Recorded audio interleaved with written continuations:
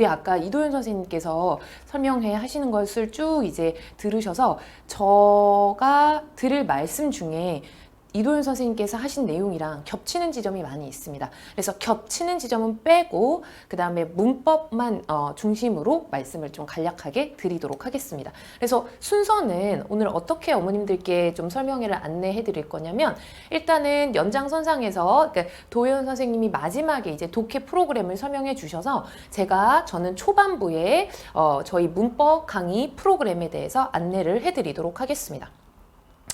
그리고 문법이 저는 중학교보다는 어머님들 알고 계시겠지만 다음 주부터 또 자주 보실 거예요. 이제 내신 중간고사가 끝나가고 있어서 설명회를 또 이제 찾아볼 거야. 또 쟤야 이제 이렇게 생각을 하실 텐데, 실제로 아까 이도현 선생님께서 말씀하셨지만 중학교 내신은 그냥 저로서는 그냥 말씀드릴게요. 큰 의미가 없다고 보기 때문에 이렇게 애기들이 공부를 했을 때 고등학교 때 어떤 식으로 구현이 되고 어떤 수준을 측정하고 어디까지 측정하느냐라는 문제에 를 실제 이제 경기고등학교가 시험이 끝났거든요. 중간고사. 그래서 어저께 끝났어요. 그래지 어저께 시험지 가지고 왔습니다. 제가 보여드릴게요. 그 다음에 수능에서는 문법이 29번의 문법 문제 이외에 어떤 식으로 실제 효용 가치가 있는가, 요 세 가지 주제에 대해서 간략하게 말씀드리고 말미에 질문을 하시면 질문에 제가 아는 한도 내에서는 성심성의껏 대답을 해드리도록 하겠습니다. 프로그램입니다. 먼저 말씀을 드릴게요. 네, 이제 조금 이런 말씀을 드리면 좀 뭐하지만 이제 그냥 쉽게 어머님들 말씀 이해하시기 쉬우시라고 낮은 반, 그러니까 좀 기본 반부터 제가 차근차근 이렇게 올라가는 식으로 설명을 드리도록 하겠습니다. 내신 필수 영문법 수업이 있습니다. 내신 필수 영문법은 황철민 선생님께서 담당하십니다. 네, 똘똘이 얼평하면 안 되는데. 네, 그리고 교재는 대치동 중학영문법 3600제가 교재입니다. 시간으로 바로 넘어가실게요. 시간은 토요일 날 10시에서 1시 수업을 들으시거나 일요일 날 2시에서 5시 수업을 들으시면 됩니다. 주 1회 수업입니다. 기본 영문법, 내신 필수 영문법 수업은 주 1회, 6회. 이번 주 토요일 날부터 개강합니다. 6회로 마무리됩니다. 저희가 내신 대비를 5월 29일부터 시작할 예정에 있습니다. 그런데 만에 하나 한 주 늦춰지면은 5월 29일까지 좀 연장이 되고요. 그 다음에 뭐 5월 29일부터 진행이 되면은 기말고사가 끝나고 나서 한 방학 들어가기 전까지 1주 정도 시간이 또 남거든요. 포함해서 6주입니다. 그러니까 기말고사 들어가기 전, 기말고사 끝나고 여름학기 들어가기 전까지 6주 또는 7주가 나올 수 있습니다. 근데 기본 세팅은 6주로 되어 있습니다. 강의 방향 말씀드리겠습니다. 중학교 내신 기초 문법이 정리되는 반입니다. 용어 정리부터 기본 응용 단계까지 학습을 하는 반입니다. 중학교 내신 문법에 대한 사전 학습을 하는 반입니다. 자, 쉽게 말씀드리면 이런 반입니다. 제가 실제로 가르치는 경기여고 1학년 여자분 중에 어떤 분이 계시냐면은 뉴저지에서 아버지께서 근무를 하셔가지고 뉴저지에서 사시다가 2월에 들어오신 여자분이 계세요. 그러니까 올 2월입니다. 올 2월에. 그래서 자가격리하고 왔다 갔다 하다가 이제 2주 지나서 저희 학원에 이제 들어와서 저랑 같이 공부를 하고 있는데, 이 친구가 언제 이제 미국에 나갔냐면은 초등학교 4학년 때인가 5학년 때 이제 나가서 올해 들어오신 거죠. 그러니까 이 친구분은 초등학교 고학년과 중학교 시절을 전부 미국에서 보낸 겁니다. 그러다 보니 미국에서 계속 살았으면 상관이 없는데 어쨌든 한국으로 들어오지 않았습니까? 그러면 이제 우리나라 교육 시스템 안으로 이 아이가 들어왔다는 얘기죠. 수업을 이렇게 딱 저랑 첫 수업을 들었는데 고등학교 1학년입니다. 고등학교 1학년 여자아이입니다. 지금은 굉장히 이제 저랑 이제 공부한 지가 좀 오래돼서 이제 한 달, 두 달이 다 되어 가니까 잘 이제 근데 모르는데 일단 외우는 거죠. 고등학교는 뭐 모르지만 일단 외우는 건데, 용어 자체가 무슨 말인지 모르는 거죠. 당연히 미국에서 초등학교 5, 6, 중학교, 미국은 그런 개념이 없으니까 그냥 뭐 예를 들어서 5학년, 6학년, 7학년, 8학년, 9학년까지 다니고 들어온 거죠. 그런데 그 학년의 아이들이 뉴저지주에서 살면서 예를 들면 오형식이 어떻고, 사역동사가 어떻고, 제런드가 어떻고, 파티서플이 어떻고, relatives,가 관계사입니다. relatives,가 이런 역할을 하고 있고 요렇게 쓰인다라는 걸 배웠을 리가 없죠. 당연히 배웠을 리가 없으니까 용어 자체가 너무 생소한 거죠. 그러니까 이 친구가 우리나라 딱 들어와서 벙 찌는 거죠. 그러니까 자기는 영어를 미국에서 5년을 살았으니까 잘한다고 생각을 잘하시죠. 잘하십니다. 근데 까불지는 않습니다. 아이가 너무 예뻐가지고 이게 뭐 저는 영어를 한단 말이에요. 이런 태도는 아닌데 용어가 처음 들어보는 용어인 거죠. 그냥.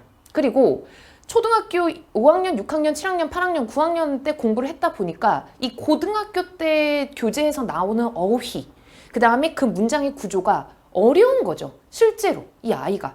그러니까 그건 당연하겠죠? 미국은 그렇게 다운그레이드 돼서 좀 배우지 않습니까? 그러니까 선행 개념이 많지가 않거든요. 미국은 교육 과정이 막 엄청난 사립학교가 아닌 이상은. 그래서 이 반은 여러 가지 이와 같이 여러 가지 이유가 있을 겁니다. 이 아이의 영어의 독해 실력이나 영어의 듣기 실력이나 영어의 말하기 실력은 굉장히 탁월한데 어떤 이유에서든지 이 아이의 문법 실력이 약한 경우가 있을 수 있겠죠. 그럴 수 있겠죠. 아까 제가 얘기한 아이고, 네, 심령이. 네. 그 학생처럼 외국에서 오랜 경험 체류를 했다거나 아니면 그저 공부를 안 하셨을 수도 있죠. 뭐 이제 코로나 팬데믹이니까 건강이 중요하다. 아니면은 이제 제가 항상 말씀드리는 사춘기가 이제 와가지고 자아를 찾으셔야죠. 반항도 하셔야 되고 이제 자신의 의견도 개진하셔야 되고 바쁘신 거죠. 이제 아이덴티티를 찾으셔야 되니까 여러 가지 이유로 영어 공부 문법에 있어서 뒤처지는 경우가 있습니다. 다른 분야보다 압도적으로. 그러니까 독해와 그 다음에 스피킹은 너무나 탁월한데 문법이 현저하게 용어부터 정리가 안 되시는 분들이 많거든요. 대치권에는 어머님들 자제분들 중에도 그런 아이들이 많습니다. 그러면 영어를 못해서가 아니라 어쨌든 한번 그러면은 그냥 이게 넘어가면 되지 않을까요? 넘어가서 될 일이 아니라 저희 나라에서는 우리나라에서는 죄송합니다. 네, 우리나라에서는 영어 선생님들이 어떤 식으로 수업을 하시느냐면 학원 선생님이건 학교 선생님이건 중학교 선생님이건 고등학교 선생님이건 전부 공통으로 사용하고 활용하는 어휘가 있습니다. 관계사, 형용사 역할한다, 명사 수식한다, 명사 한정한다, 투부정사, 명사 수식한다, 보호로 쓰이니까 형용사 역할이다, 비투용법이다 등등 그 고유한 문법 용어를 통일적으로 씁니다. 그게 식민사관의 영어 교육이 남아있어서 그런 게 아니고 그냥 이걸 용어를 바꾸면 혼란스럽거든요. 제가 고등학교 때 그 화학 시간에 요오드라는 원소를 배웠습니다. 근데 요즘에 아이오드라고 바뀌었거든요. 용어가.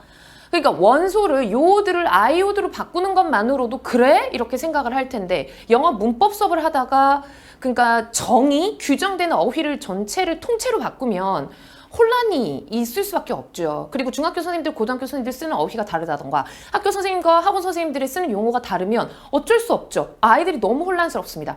따라서 문법 용어는 통일이 되어 있습니다. 초등학교건 초등학교는 영어를 그렇게 쓰진 않을 거니까 중학교, 고등학교, 학교, 학원 마찬가지입니다. 그런데 어떤 이유에서인지 이 문법 실력이 약한데 용어부터 정리가 안 돼 있다라고 생각하시면 어쨌든 용어 정리는 한번 시원하게 하시는 게 맞습니다. 우리 애가 지금 용어부터 해야 되는 상황이야? 이렇게 생각하지 마세요. 네, 제가 자꾸 이제 빨리빨리 해야 돼서 그렇게 생각하지 마시고 이거는 이제 공부는 문법이 들어가는 순간부터는 수능을 향해서 간다라고 생각을 하시면 됩니다. 그러니까 예전처럼 뭐 ILE 학원 다니면서 아이들이랑 복도에서 계단에서 그냥 What are you doing? 뭐 I'm fine. 뭐 I'm playing 뭐 baseball. I'm listening to music. 이런 수준이 아니에요. 고등학교, 중학교 2학년, 3학년 영어는 수능을 향해서 달려가는 거고 이따가 제가 기출문제도 보여드리겠지만 대치권의 일반고 기출문제는 수능보다 훨씬 어렵습니다. 그러니까 이제는 뭐 즐겁고 맑고 밝게 공부를 계속 하시려면 하셔도 되지만 좀 진지하게 한번 공부를 해보겠다라고 생각하시면 어쨌든 정리는 한번 하셔야 돼요. 왜냐하면 계속 가중돼서 어려운 내용이 나오기 때문에 기본적으로 알고 있지라고 그 다음부터는 전제를 깔고 다음을 가르치기 때문에 그렇습니다.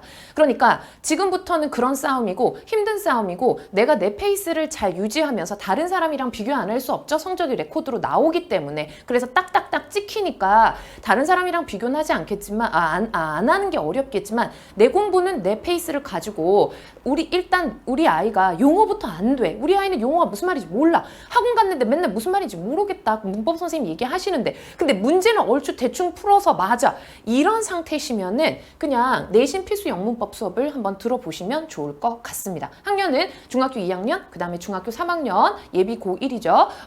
분들이 들으시면 좋을 것 같습니다. 그리고 기말고사를 대비해서 핵심 문법 수업을 미리 4주 동안 미리 선행하는 반이 되겠습니다. 그 다음 반 핵심 영문반입니다. 다른 반입니다. 내신 필수 영문법은 기본 용어 정리하는 거고 중학교 내신 영어를 조금 선행한다. 이렇게 말씀을 드릴 수 있겠습니다. 핵심 영문법은 잠시만요. 제가 지금 질문이 나와서 그래서 사랑이 7호 부모님, 학부모님께서 말씀하신 문법 특강 몇 회 완성이냐? 모든 반이 마찬가지인데 주 1회 반은 6회, 그러니까 여름학기 들어가기 전까지요. 기말고사 들어가기 전과 기말고사 끝나고 나서 한 주 정도 더 해서 주말반은 6번으로 수업이 끝납니다. 어떤 수업이든지 가네요. 그 다음에 주중반은 일단 8회에서 10회 정도로 생각을 하고 계시면 됩니다. 그래서 주중반은 아마 거의 책 한 권이 끝나게 될 거예요. 그리고 주말반 같은 경우에는 2학기 때 또는 고등학교 반에 따라서는 고등학교 1학기 때 나올 문법을 선행하는 프로그램이다 라고 생각을 하시면 되겠습니다. 그래서 제가 말씀을 드리고 중학교 3학년 문법이 약한 친구들은 들을 수 있는 강의가 있을까요? 요게 문법이 약하냐가 어느 정도 약하냐가 관건인데요. 만약에 중학교 3학년이고 지금 1학기인 상황입니다. 그러면 중학교 2학년 때 공부를 안 했을 수 있죠. 작년에 코로나 때문에. 그리고 온라인 수업하면서 뭐 학습 태도가 무너졌다. 뭐 학습 습관이 완전히 무너졌다. 이런 경우가 있을 수 있겠습니다. 그래서 우리 아이는 어휘도 좀 헷갈려 하는 것 같고 어휘 자체의 혼동도 좀 있는 것 같고 그 다음에 뭔가 쌓여있는 게 없다라고 만약에 생각을 하신다면 내신 필수 영문법 수업을 들으셔도 좋을 것 같은데 그 정도는 아니다. 우리 아이는 투부정사가 뭔지는 안다. 그 다음에 동명사가 뭔지는 안다. 관계사가 뭔지는 안다. 역할을 모를 뿐이다. 요렇게 되신다면 핵심 영문법 수업을 들으시면 좋겠습니다. 또는 요 수업이 조금 어려울 수 있거든요. 그러면 제가 이따가 말씀드리기는 하겠지만 죄송합니다. 뒤로 넘어갔네요. 성문 기본 영어 수업을 들으셔도 좋을 것 같습니다. 그래서 기본이 약한 분들은 핵심 영문법 수업 또는 성문 기본 영어 수업을 한번 들어보시면 되겠습니다. 응용이 안 되면은 그러면은 네, 제가 사랑이 7호님 어머님이 응용이 안 되네요 라고 질문하셔서 거기까지만 제가 질문 드리고 프로그램 설명 마저 드리도록 하겠습니다. 그러면 우리 아이는 기본이 용어는 다 알고 역할을 다 알고 있어요 라고 만약에 어머님께서 자가 진단이 되셨다면 핵심 고등 영문법 수업을 들으시면 되겠습니다. 제가 무슨 점쟁이 같네요. 네. 네. 동쪽에 기인을 만날 것이야. 네. 네. 응용이 안 되네요. 문제와 연결이 안 되네요. 네. 요거 제가 이따가 프로그램 설명하면서 요 증상에 대해서는 다시 한번 제가 답을 드리도록 하겠습니다.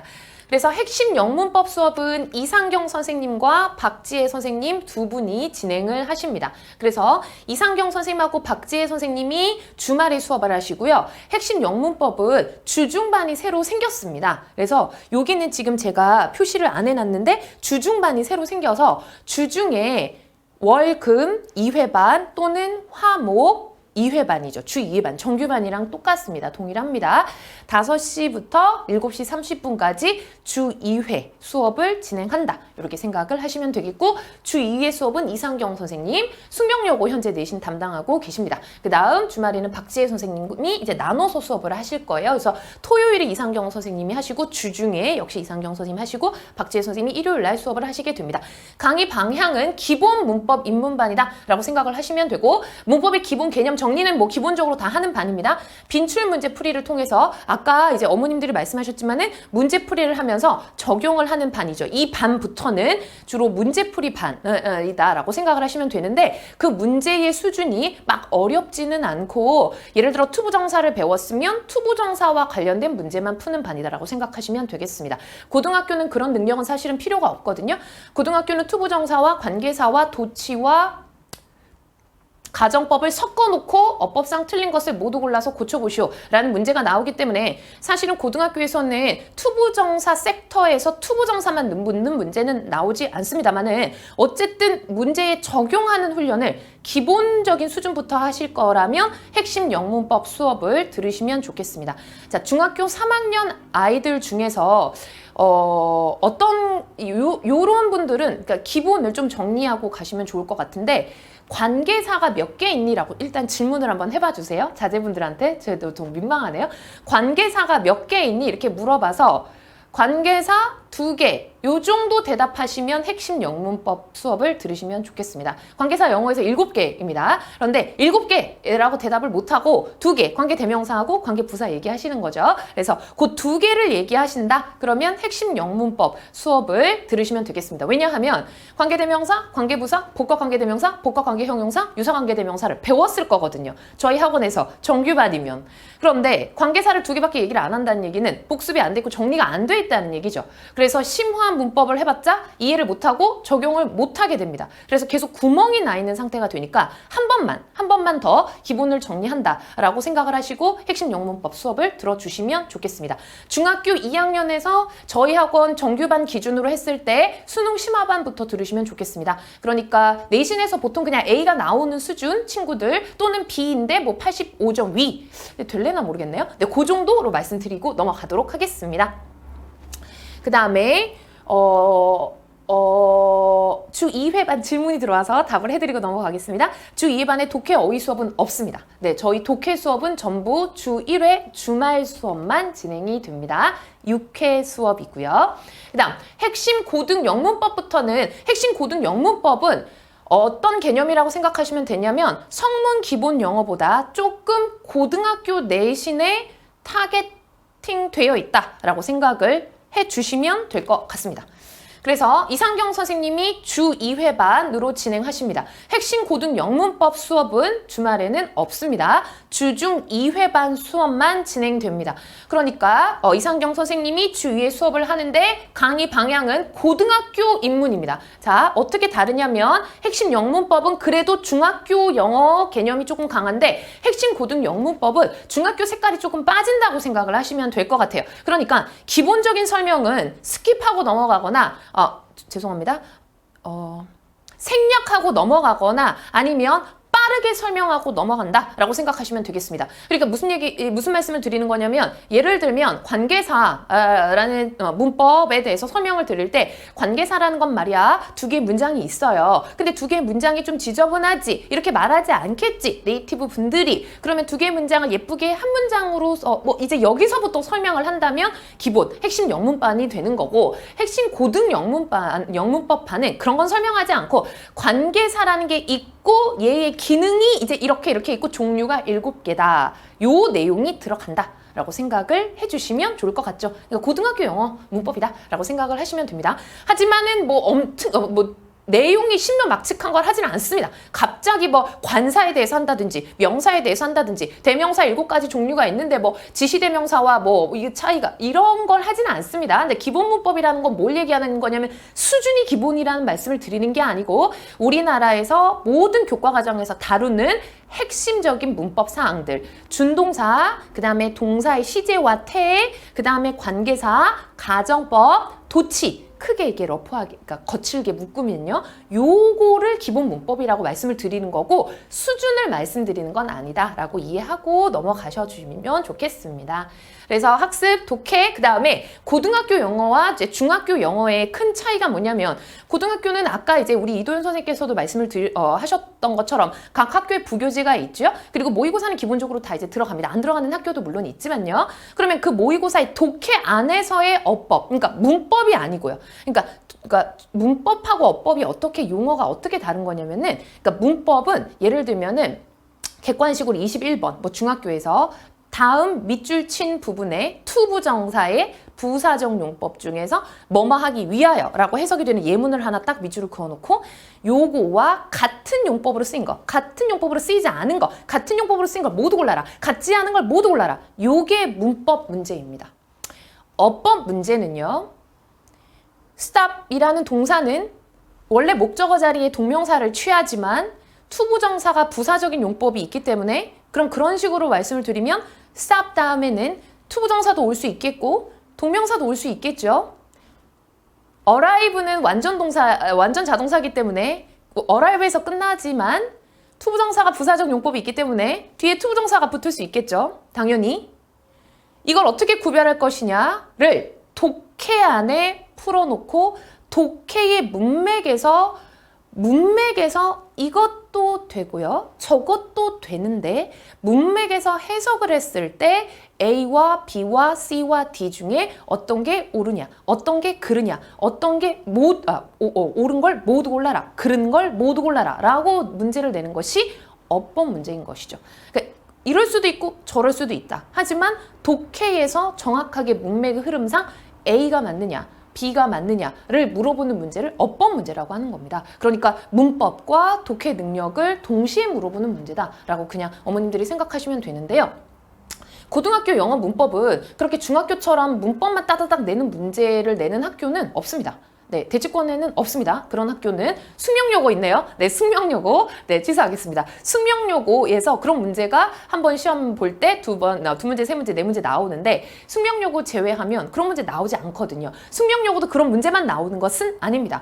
그래서 핵심 고등 영문법 수업에서는 기본 문법, 핵심 문법을 공부한 다음에 고등학교에서 실제로 어떻게 문제로 구현이 되는가를 연습하는 반이다. 라고 생각을 하시면 되겠습니다. 그래서 조금 고등학교 색깔이 강하다 이렇게 생각을 하시면 되겠습니다.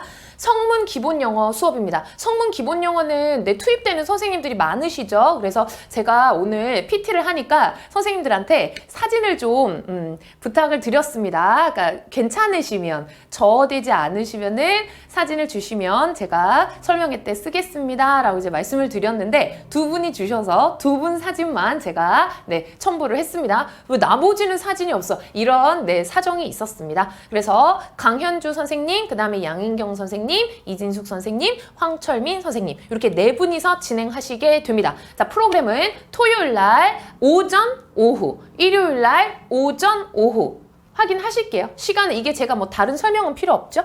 확인하시면 되고 강의 방향은 아까와 마찬가지 고등학교 기본 문법 입문 수업입니다. 그러니까 성문 기본 영어와 그 다음에 핵심 고등 영문법은 약간 고등학교 선행이다라고 생각하시면 되겠어요. 문법은 같습니다. 문법은 동일합니다. 투부정사 배우는 건 똑같은 거예요. 그런데 이 방향을 중학교에 맞출 거냐 고등학교에 맞출 거냐에 따라서 풀어야 하는 문제의 질이 달라지거든요. 그래서 종류가 달라지는 것이고 그래서 방향성이 좀 다르다라고 생각을 해주시면 좋겠습니다. 그래서 강의 방향은 고등학교 기본 문법이고 중등 영문법 완성이고 고등 영문법 입문반이다 라고 말씀을 드릴 수 있겠습니다. 자, 제가 여기서 어떤 말씀을 드리고 싶으냐면 일단은 우리 아이는 기본이 어느 정도는 돼 있는 것 같아요. 그래서 연습을 좀 하는 게 필요할 것 같아요. 라고 생각을 하시면 그러니까 기본이 계속 이제 기본만 공부할 수는 없습니다. 영원히 피타고라스의 정리 수학에서도 마찬가지, 근해 공식도 마찬가지고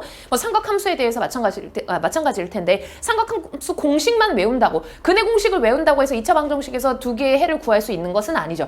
공식을 외우는 것과 2차 방정식을 문제를 풀어가지고 근해 공식을 적용한 다음에 두 개의 해를 구하는 것은 다른 차원의 문제입니다. 따라서 우리 아이가 기본 문법은 확실하게 되어 있다라고 전제가 되어 있다면 중학교 2학년이라고 하더라도 성문 기본 영어나 핵심 고등 영문법 수업을 들으시는 걸 추천하고요. 그게 아니다. 그러면 선행하시는 것은 조금 자제하실 필요가 있겠다라고 말씀을 드릴 수가 있겠습니다. 어쨌든 기본이 좀 중요합니다. 그러면 우리 아이는 지금 중3이에요. 그리고 이과 최상위 반이에요. 라고 만약에 말씀하신다면 그냥 제가 중학교 3학년이 듣는다라고 가정을 했을 때 저희 학원 정규반에서 어떻게 하면 좋을까를 말씀드릴게요. 자, 이과 최상위 반이다. 그러면 성문 기본 영어, 문법이 약하다. 그러면 성문 기본 영어 수업을 들으시고 우리 아이는 의대반이에요. 그러면 핵심 고등 영문법 수업을 들으시면 될 것 같습니다. 그게 가장 효율적으로 시너지가 나오는 결과가 나올 것 같아서 말씀을 드렸습니다. 저는 근데 잘 모르죠. 그러니까 담임 선생님들이랑 상담을 해보시고 수업을 들어주시면 좋겠습니다. 성문 종합영어는 토요일날 저녁 수업 맨 위에 있는 수업입니다. 그 다음에 일요일날 오전 10시에서 1시는 현소연 선생님께서 수업을 하십니다. 토요일날 저녁에 수업하시는 송민아 선생님은 현재 대원외고와 한영외고 내신을 담당하고 계십니다. 현소연 선생님은 개포고등학교와 한대부고 내신을 담당하고 계십니다. 고등부 선생님들이 투입되셔서 고등학교에서 필요한 수업을 하시는 수업입니다. 더 길게 설명 안 드려도 될 것 같습니다. 그래서 우리 아이가 외고를 갈 것이다. 외대부고나 상상고나 전국 단위 자사고를 갈 것이다. 광역 단위 자사고 아닙니다. 전국 단위 자사고를 갈 것이다. 라고 생각을 하시거나 또는 우리 아이는 그냥 뭐 예를 들어 남자아이라고 예를 한번 들어보겠습니다. 우리 아이는 중동고등학교하고 경기고 가가지고 영어 공부할 시간은 없고 영어는 끝내놓고 그 다음에 그러실 수는 없겠지만은 일단 끝내놓고 수학하고 과학에 올인하겠다. 그러면 성문 종합 영어 수업을 들으시는 것을 추천합니다. 문법과 독해가 같이 나오는데 독해가 어렵거든요. 문법도 이제 어렵고 그래서 최고 수준의 수업이다라고 그냥 생각을 하시면 되겠습니다. 아까 말씀드렸던 그런 문법사항이 실제 고등학교에서 어떤 식으로 구현되느냐 기출문제를 제가 보여드리도록 하겠습니다. 경기고등학교 어제 시험 본 겁니다. 어제 시험 본 건데요. 그래서 이거 워드집 타이핑 칠 시간도 없어서 제가 그냥 애들 거 바로 그 PDF 떠가지고 그냥 어머님들 보여드리고 싶어가지고 설레어서 가지고 왔습니다. 그래서 3번 문제 보시면 어법 문제입니다. 뭐 별로 어려운 건 없으시죠? 어려운 건 없고 보시면 아시겠지만 투부정사가 맞느냐, 동명사가 맞느냐에 대해서 문제를 아주 심플하게 물어보고 있는 문제입니다. 네, 모의고사의 듣기에서 나왔습니다. 자, 지문은 모의고사 듣기 스크립트에서 나왔습니다. 요 지문은 교과서, 그 다음에 요 지문은 모의고사. 경기고등학교는 모의고사가 1학년 이번에 2개 들어갔거든요. 그래서 올해 3월이랑 작년 3월이 들어갔습니다. 그래서 그 모의고사에 듣기 1번부터 17번 스크립트에서 문법을 묻는 문제가 나왔는데 우리 애기는 뭐 맞추셨습니다. 그래서 요런 문제 괜찮으시죠? 그러면 선생님 그러면은 그 고등학교 1학년에 교과서 시험 범위가 투부정사하고 동명사였나요? 그렇지 않습니다. 교과서 능률김, 경기고등학교는 능률김을 쓰는데요. 능률김의 1과는 이때 동명사, 1과는 동명사, 그 다음에 2과는 관계사입니다. 그러니까 뭐 투부정사가 나오거나 뭐 이런 거는 아니에요. 그런데 그냥 준동사에 대해서 전반적으로 다 물어본다라는 얘기를 드리고 있는 거고 지문 소스는 모의고사 듣기 지문입니다. 자, 그 다음 문법 실력이 고등학교 올라갔을 때 어떤 식으로 측정이 될 것이냐라는 두 번째 유형은 선운술형인데 그냥 요 지문을 보실게요. 교과서 지문이고요. 제가 어제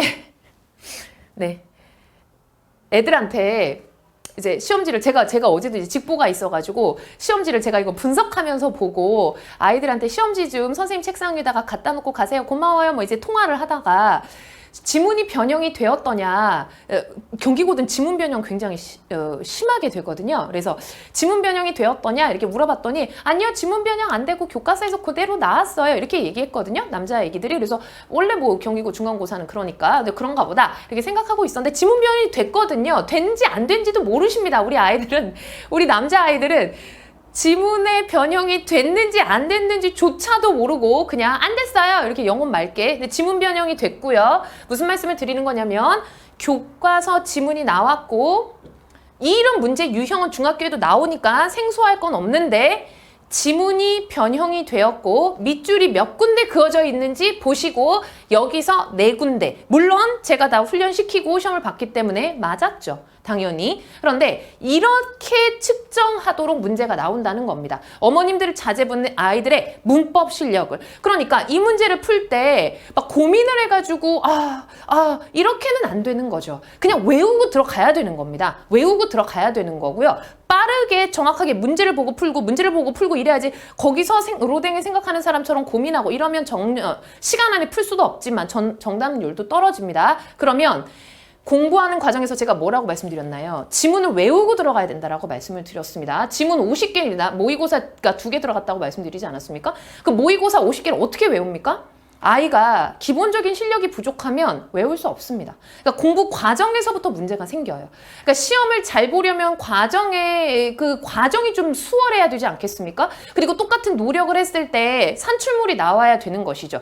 그러니까 기본 실력이 자꾸 이제 부족하면은 기본 실력이 부족한 데다가 기본 실력이 부족한 아이들은 보통은 습관도 영어 공부를 하는 습관도 잘 되어 있지 않죠. 그러니까 보통은 이제 안 좋은 악순환이 계속 꼬리에 꼬리를 무는 건데 그리고 이제 자신의 스케줄 관리가 안 되다 보니까 자꾸만 과제도 안 해오게 됩니다. 그럼 복습을 안 하게 된다는 것이죠. 그러니까 기본 실력이 약한데 복습을 안 하게 되고 꾸준히 공부하는 습관이 없기 때문에 그런 아이들은 공부를 끝까지 못하고 들어가서 점수가 안 나오는 것이고 우리 이런 친구들 같은 경우에는 특목자사고에서 공부했던 친구입니다. 김진모 군입니다. 그냥 제가 실명 말씀드리겠습니다. 특목자사고에서 공부했던 아이죠. 그러니까 공부를 할 걸 다 하고 올라갔기 때문에 열심히 공부했고 그리고 시험 잘 보신 거죠. 그러니까 이것도 인과관계를 제가 이렇게 말씀드리는 건 좀 오류가 있기는 하지만 무슨 말씀을 드리고 싶은 거냐면 공부한 어쨌든 물리적인 양이 충분히 담보되어야지만 고등학교 올라갔을 때 공부하는 과정이 수월하고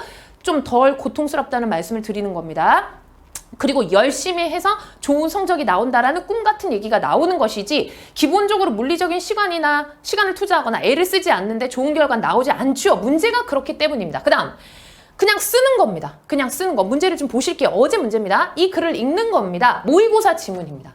이 글을 읽고 주어진 지문에 적합한 답을 지문 내에서 8단어로 영작하라는 얘기죠. 자, 어머님들 기본적으로 영작을 하려면 뭘 알고 있어야 되죠? 문장 구조를 알고 있어야죠. 써야 되니까 주어는 어땠다. 주어는 무엇을 어땠다. 주어는 누구한테 무엇을 어땠다. 주어는 누구한테 뭐 하라고 시켰다. 이런 식으로 1형식부터 5형식을 어느 정도는 알고 있어야 되고 동사가 교통정리를 하는 순경이니까 동사에 따라서 뒤에 목적어를 쓰는지 목적어를 2개 써도 되는지 목적어하고 보호를 써야 되는지 정도는 알고 있어야 기본적인 문법 실력이 갖춰져 있어야지만 독해를 하고 풀고 말고를 할 거 아닙니까? 그 다음에 이 아이가 모의고사 지문이니까 외웠습니다. 그러니까 무슨 내용인지는 압니다. 그 다음 질문을 봤더니 질문도 어렵지 않죠. 한번 읽어볼게요. 그러니까 애기들이 짜증을 낼 때 보통 어머님들이 이렇게 사탕 줍니다. 애기들이 칭얼거리면 그러니까 좀 애들 이제 좀 자제시켜야 되니까 애기들한테 이제 뭐 먹을 걸 이렇게 주면 그 먹을 것 찡얼거리는 아이들에게 먹을 것을 줬을 때 효용과 단점에 대해서 언급한 모의고사 지문입니다. 그러니까 질문이 뭐냐면 그 찡얼거리는 애기들한테 결국 이거 제가 직보 때 다 풀었던 문제거든요. 네.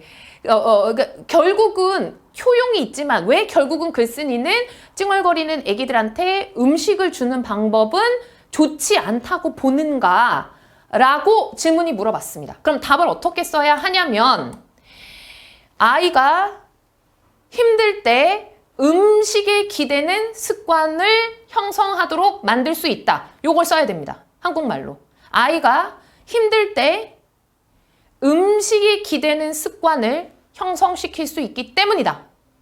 요걸 써야 합니다. 그러면 5형식 문장 그 습관은 cause children to depend on food 정도는 쓸 수 있는 문법 실력과 어휘 실력이 동시에 갖춰져 있어야지만 풀 수 있다는 거죠. 그래서 문법을 모르고 고등학교로 올라가서 독해하고 스피킹 어머님들 가끔 이제 토플 공부하시는데요. 우리 아이가 토플 공부 좋죠. 토플 공부가 나쁘다고 말씀드리는 게 아닙니다. 그런데 토플 공부만 해서 독해를 많이 한다 한들 고등학교 내신 영어에서는 그걸로 다 되는 건 아니라는 거죠. 오히려 이런 문제는 그러니까 제가 저희 학원이라서 말씀드리는 게 아니라 저희 학원에서 탭스 공부 시켜보신 어머님들은 아시겠지만 오히려 이런 문제는 탭스 문제죠. 탭스형 문제입니다. 그러니까 9탭스 41번부터 50번에 나오는 문제죠.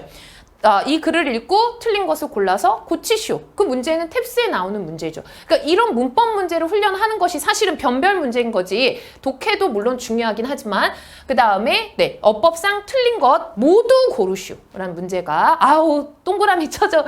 네, 기분이 좋네요. 제가 갑자기 동그라미 쳐져 있는 거 보니까. 네, 다 맞으셨습니다. 우리 애기들이. 그러니까 이런 식으로 문제를 풀려면 빨리빨리 넘어가도록 하겠습니다. 이런 식으로 문제를 풀려면 아이들의 기본 실력은 고등학교에서는 교과서 핵심 문법에서 딱 정해준 뭐 투부정사하고 관계대명사만 알아가지고는 문제를 풀 수 없고 100점을 맞을 수 없고 1등급 4%에 보통학교 12등에서 16등에 들어갑니다.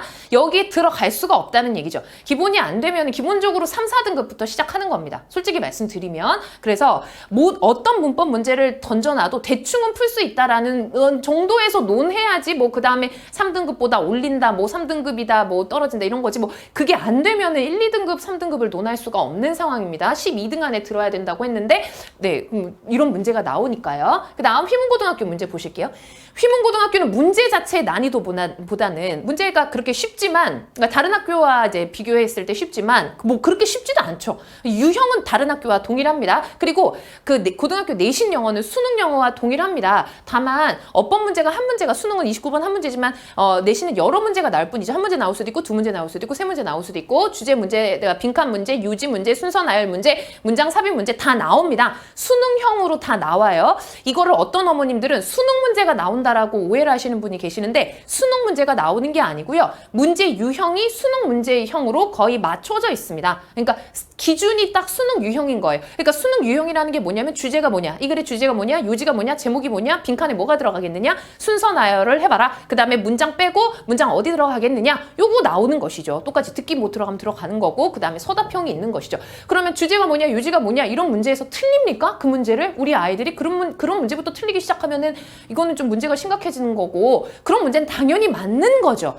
당연히 맞는 거고 변별 문제가 이제 이런 문법과 어려운 어휘 문제, 독해 문제에서 변별이 되는 거니까 여기 비로소 의미 있는 문제를 제가 말씀을 드리는 거지 무슨 모든 고등학교 문제가 이런 식으로 나오나요? 그건 아닙니다. 네, 그 말씀을 드리는 건 아닙니다. 네, 휘문고등학교도 아까 경기고등학교와 대동소이하죠. 비슷합니다. 어법에 맞지 않는 거 골라봐라 라는 문제입니다. 그 다음에 서답형. 저 서답형을 풀려면 당연히 문법 실력이 있어야 되는 것이죠. 그 다음에 옆에 문제 보실게요. 9번 서답형 5번 문제. 밑줄 친 다 문법이죠. 관계대명사냐, 접속사냐, 전치사냐, 접속사냐 를 묻는 문제입니다. 그 다음에 동사 형태가 어떻게 되느냐? 동사에 대해서 물어보고 있는 거죠.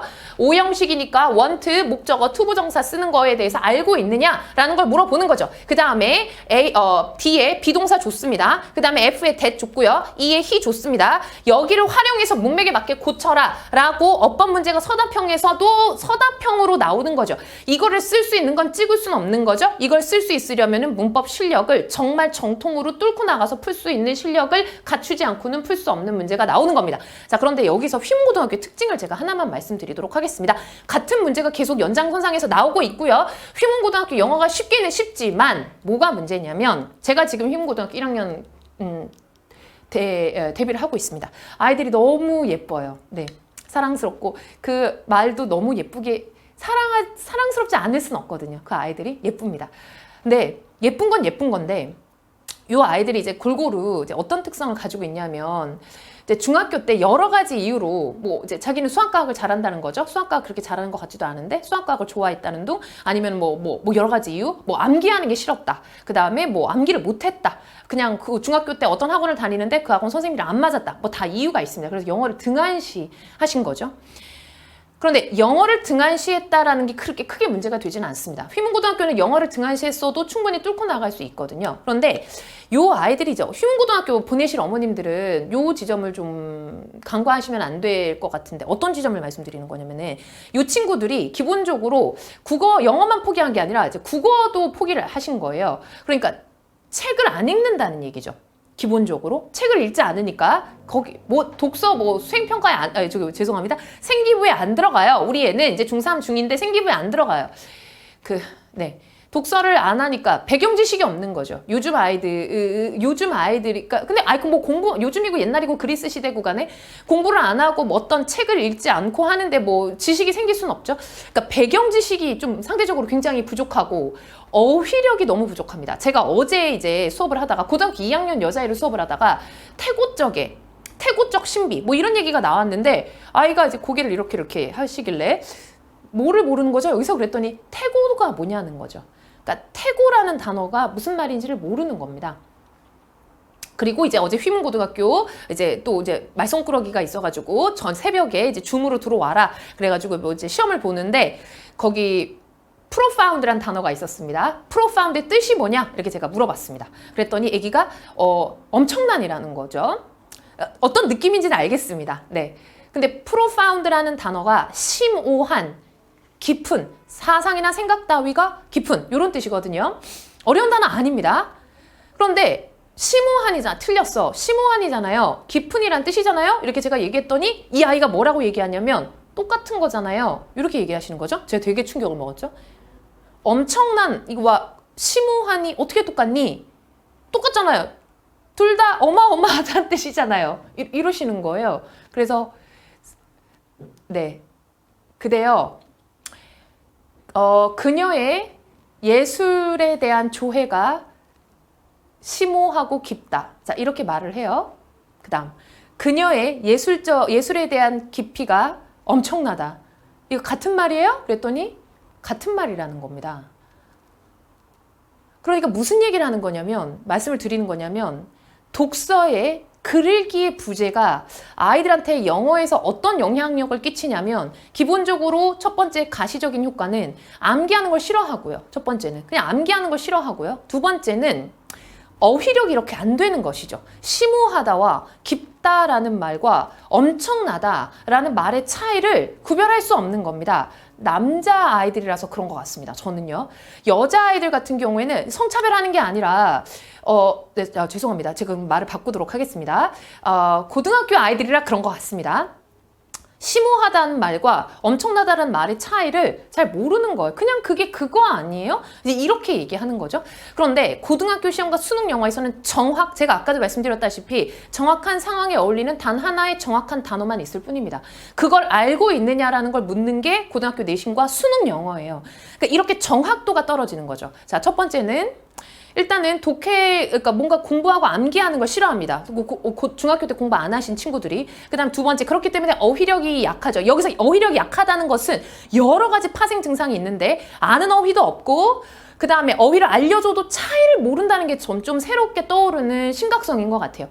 이 아이가 어휘를 모를 수는 있는데 모를 때 알려주면 이 단어와 이 단어는 다른 것이다라는 차이를 인지하지 못하고 그냥 같은 것, 버마이려 같은 거죠. 뭐, 네, 힌두교의 브라우만 같은 거죠. 다 하나다. 나와 뭐 자연은 하나다. 뭐 이런 건가요? 그냥 같은 거라는 거예요. 다른 거거든요. 이 다른 거의 차이를 예리하고 섬세하게 모르는 이유가 글 읽기가 안 되기 때문에 그렇습니다. 그래서 그런데 휘문고등학교 부교재가 약간 어렵습니다. 철학 나오고 파놉티콘이라는 지금 이제 중간고사에 들어가는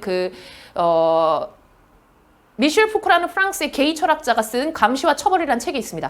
그 감시와 처벌에서 영국의 철학자인 제레미 벤담이 처음으로 고안했던 파놉티콘이라는 건물을 가져다가 현대 사회가 어떻게 인간을 감시하고 처벌하는가와 관련된 글이 시험에 들어갑니다. 말만 들어도 어렵죠. 그러니까 애들은 이걸 이해를 못합니다. 남자 애기들은. 이게 무슨 말이야? 무슨 말이야? 이렇게 되는 거예요. 애기들이. 그래서 휘문고등학교 남자아이들은 중학교 때 영어를 성실하게 그 다음에 꾸준하게 또는 무식하게 공부한 아이들이 많지가 않아서 그냥 그렇다고 수학을 뭐 그렇게 눈부시게 잘하는 것 같지도 않은데 영어 공부를 할 때 별거 아닌 것도 어려워하는 게 문제가 됩니다. 그래서 만약에 휘문고등학교 문제의 의미 없습니다. 다른 학교하고 그냥 동일하지 않습니까? 휘문고등학교를 보내실 어머님들은 제발 시험이 쉽지만 중학교 때 영어를 등한시 하지 마시고 제발 꾸준히 공부하시는 습관을 제발 제 부탁드리는데 만들어 주시기를 간절히 바랍니다. 숙명여고 기출문제 보실게요. 숙명여고 기출문제 네, 부교재 들어가 있는 지문이고 그 다음에 어법상 틀린 문제 계속 동일한 문제 나오니까 제가 넘어가도록 하겠습니다. 그 다음 제가 아까 말씀드렸던 것처럼 다음 중에서 어법상 틀린 문장의 개수 몇 개인가 다음 중 어법상 옳은 문장의 개수가 몇 개인가와 같이 항상 숙명여고에서 나오는 문제입니다. 이런 문제 유형들은요. 그러니까 아이의 기본 실력을 이렇게 물어보고 저렇게 물어보고 서답형으로 물어보고 객관식으로 물어본다 라는 말씀을 계속 반복해서 드리고 있는 겁니다. 그 다음 마지막 진선여고의 문법 문제 보실게요. 진선 요구는 좀 다르죠. 그러니까 진선 요구는 내신이 굉장히 어렵습니다. 그 다음에 내신에 들어가는 부교재 작년 조금 쉬웠는데 올해는 다시 어려운 컨셉 실전 독해로 넘어갔고요. 그 다음에 마수라는 부교재가 있는데 그것도 어려운 교재를 쓰고 있음으로써 범위도 많고 교재도 가장 어려운 제가 알기로는 대치권 최고로 최고 난이도의 부교재를 쓰고 있는 학교인데 어법상 틀린 부분이 있는 것만으로 짝지어진 것은 이라는 문제가 나오는데 다른 학교와 차이가 뭔가요? 자, 숙명여고 그 다음에 휘문고등학교와 그 다음에 진선여고의 차이가 뭐냐면 자 똑같은 여고인데 숙명여고 문제하고 진선여고 문제의 차이를 좀 보실게요. 숙명여고는 단어의 밑줄 처리, 진선여고는 문장의 밑줄 처리. 어디가 틀렸는지 단어만 확인하면 되는 것과 문장 전체를 확인하면 되는 것은 다른 문제죠. 그러니까 진선여고는 조금 더 꼼꼼하고 조금 더 완벽하고 조금 더 높은 수준의 문법 실력을 묻고 있다라고 볼 수 있는 겁니다. 숙명여고와 비교했을 때 그렇습니다. 마찬가지 문제이죠. 진선여고는. 그러니까 객관식은 항상 이렇게 나온다라고 생각하시면 됩니다. 진선여고는 숙명여고처럼 단어의 밑줄 긋고 어법상 틀린 게 뭐냐 이렇게 묻는 게 아니고 문장에다가 밑줄을 그어놓고 어법상 틀린 게 뭐냐, 어법상 맞는 게 뭐냐, 어법상 틀린 부분으로 짝지어진 게 뭐냐 완벽한 문법 실력을 물어보는 문제가 나온다. 대치권의 일반 고등학교는 이라고 정리를 해서 말씀을 드릴 수가 있겠습니다. 고등학교로 올라가서 뭘 해볼 수 있는 수준이 아닙니다. 완성을 하고 올라가서 그 완성한 아이들끼리 얼마나 더 성실하게, 얼마나 더 실수 없이, 얼마나 더 꼼꼼하게 하느냐로 2점 깎이면 예를 들면은 1등급 컷에 걸리는 거고 한 문제를 통으로 틀리면 2등급이나 3등급으로 내려가는 거고 이런 싸움인 거지 무슨 고등학교 올라가가지고 우리 애가 중학교 때 안 했지만 열심히 하면 되지 않을까요? 되지 않습니다. 네, 죄송한 말씀이지만 서답형 보시겠습니다. 이거 쓰실 수 있나요? 부교재 지문이고요.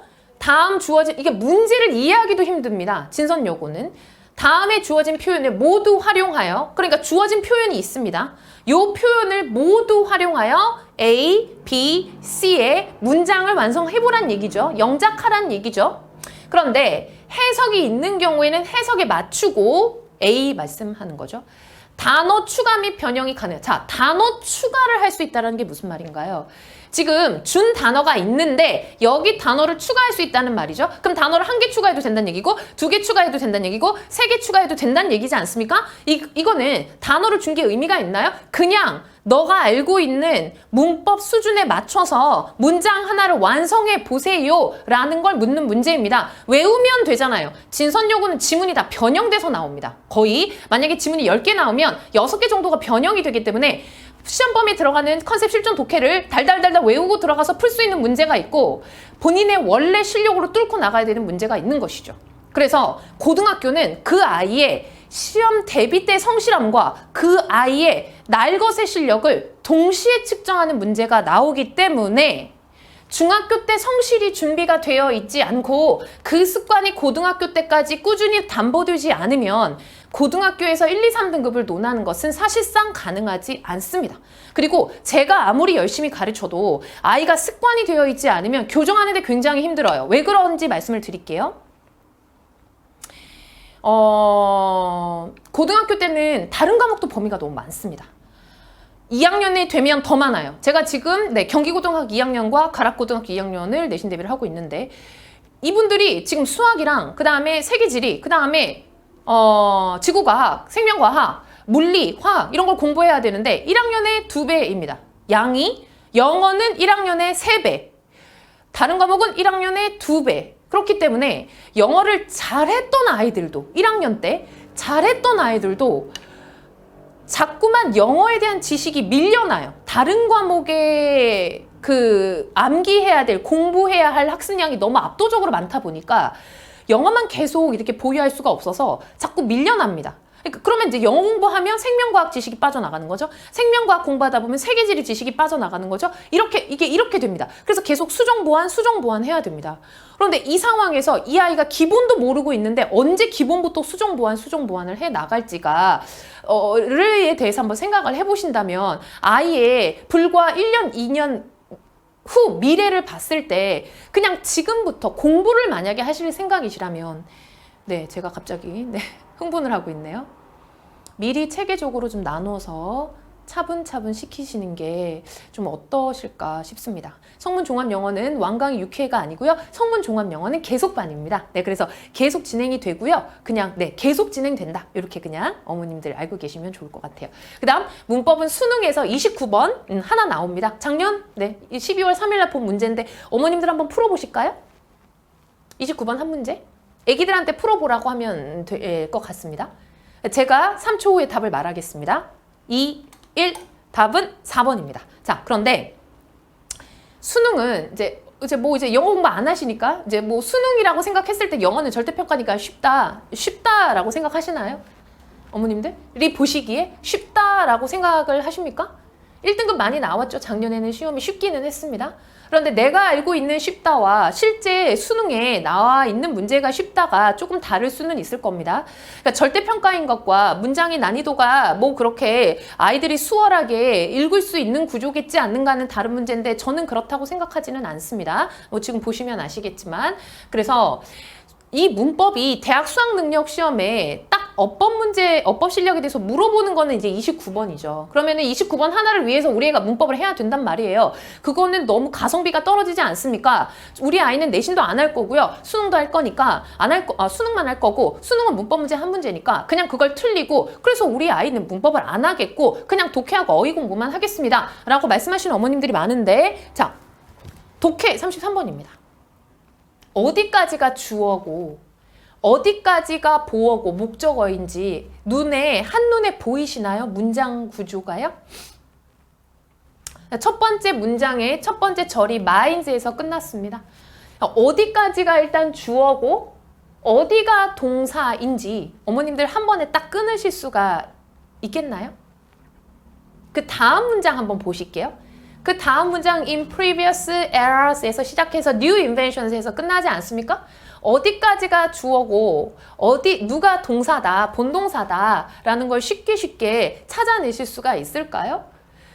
그러니까 일단은 해석을 하려면 기본적인 문장의 골격 정도는 알고 계셔야 되는 거죠. 누가 어쨌다 정도는 알고 계셔야 되는 거죠. 그 다음 빈칸을 풀려면 not A but B 구문을 볼 수 있어야 되는 거죠.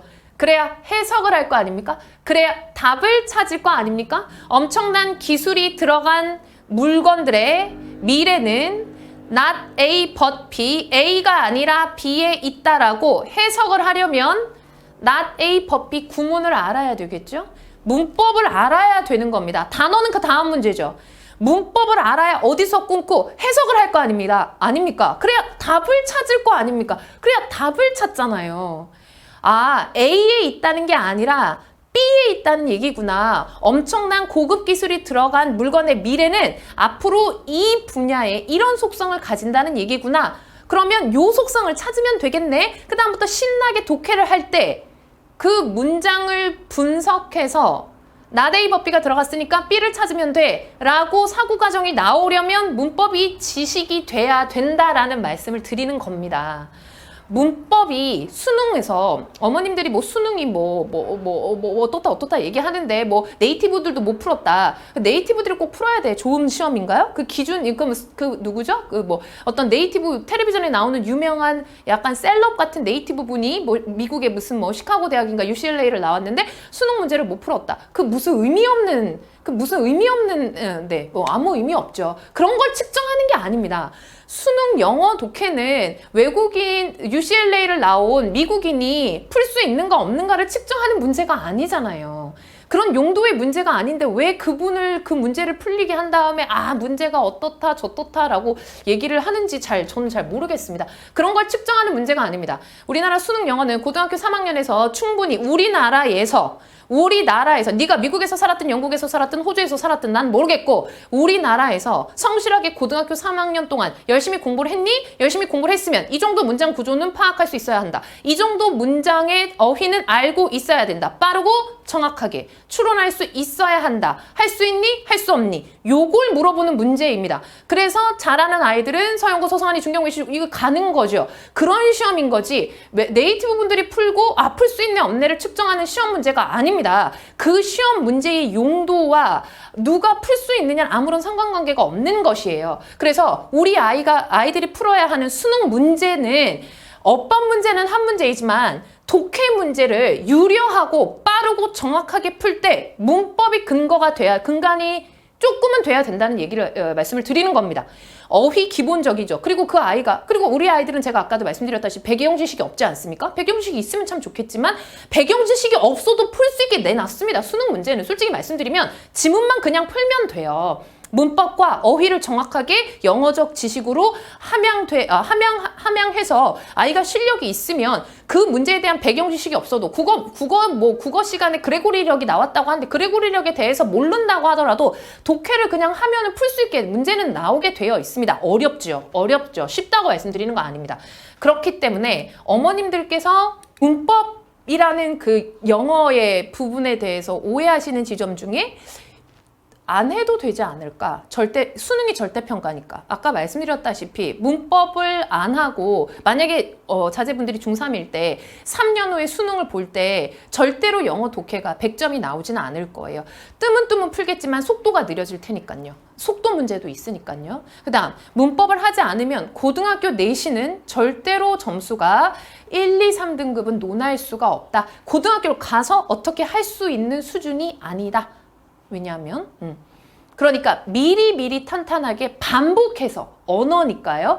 윤여정 선생님이 어제 그렇게 코닥 극장에서 스피치를 잘할 수 있는 결과물이 나올 때까지 안 보이는 데서 열심히 연습을 하셨을 거라고 생각하듯이 그렇게 반복해서 공부를 해주시는 역량이 좀 필요한 챕터가 문법 챕터입니다. 네, 그래서 제가 이제 저희 학원 프로그램과 고등학교의 실제 기출문제 제가 다음 시간부터는 이제 조금 이제 학교 내 중간고사가 끝나거든요. 그래서 이제 설명회를 이제 학교별로 진행을 하기는 할 건데 오늘은 문법이 이제 이렇게 적용된다라는 걸 포인트. 그 다음에 수능도 문법이 이렇게 근간이 되었을 때야만이 비로소 100점이나 1등급이 나올 수 있는 것이다 라는 걸 주제로 해서 말씀을 드렸습니다.